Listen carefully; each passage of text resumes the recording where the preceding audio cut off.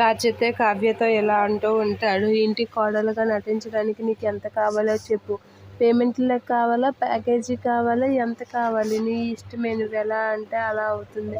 మా ఇంటి కోడలుగా నటించడానికి ఇన్‌స్టాల్‌మెంట్‌లో ఇమ్మన్నా డబ్బు ఇస్తాను అనేది అంటూ ఉంటాడు. ఆ మాటలకి కావ్య అయితే షాక్ అవుతూ ఉంటుంది. ఇక కనకం అయితే ఏం మాట్లాడుతున్నారు అల్లుడు గారు? మీకేమైనా బుర్ర పనిచేస్తుందా? బ్రతిమలాడమంటే తగ్గు పెట్టుకుంటారేంటి అని మనసులో అనుకుంటూ ఉంటుంది. చెప్పు నీకెంత కావాలో అనంటే, ఉండండి ఇప్పుడే బట్టలు సర్దుకొని వస్తాను అని కావ్య అయితే ఒక చిన్న బ్యాగ్ సర్దుకొని వస్తూ ఉంటుంది.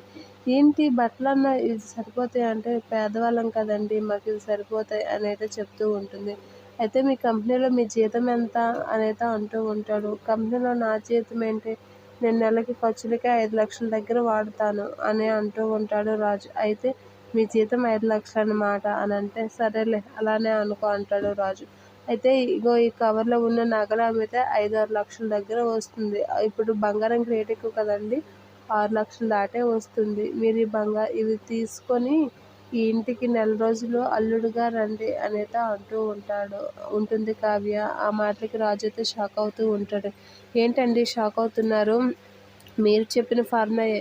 పరాయి పెళ్ళాంగా కిరాయిగా రమ్మన్నారు కదా! అలాగా కిరాయిగా పరాయి మొగుడిని కిరాయికి రమ్మంటున్నాను. తప్పులేదు కదా! మా ఇంటికి మీరు నెల రోజులు అల్లుడుగా వచ్చి నటించండి. ఆ తర్వాత వచ్చే నెలలో మీ ఇంటికి నేను ఒక నెల కోడలుగా వచ్చి నటిస్తాను. బావుంది కదా! మన అగ్రిమెంట్ అనైతే అంటూ ఉంటుంది. భలే ఆఫర్ కదా! నీకు నచ్చినట్లుగా నెలకిమ్మంటే నెలకిస్తాను. పేమెంట్, మంత్లీ అయితే ఇన్‌స్టాల్‌మెంట్‌లో మీకు నచ్చినట్లుగా ఇస్తాను అనైతే అంటూ ఉంటుంది. ఆ మాటలకి ఏంటి దుగ్గరాల వారసుడినే ఇంటికి కోడలుగా నటించడానికి రమ్మంటున్నారా అని అంటే, మీకే అంత కోపమొస్తే మరి నేనెలా వస్తాను అనుకుంటున్నారు? మీలాగా నాకు మనసు ఇది ఉందని చెప్పేసి అయితే కావ్య అయితే రాజుతో అంటూ ఉంటుంది. రాజుకైతే కోపం వస్తుంది.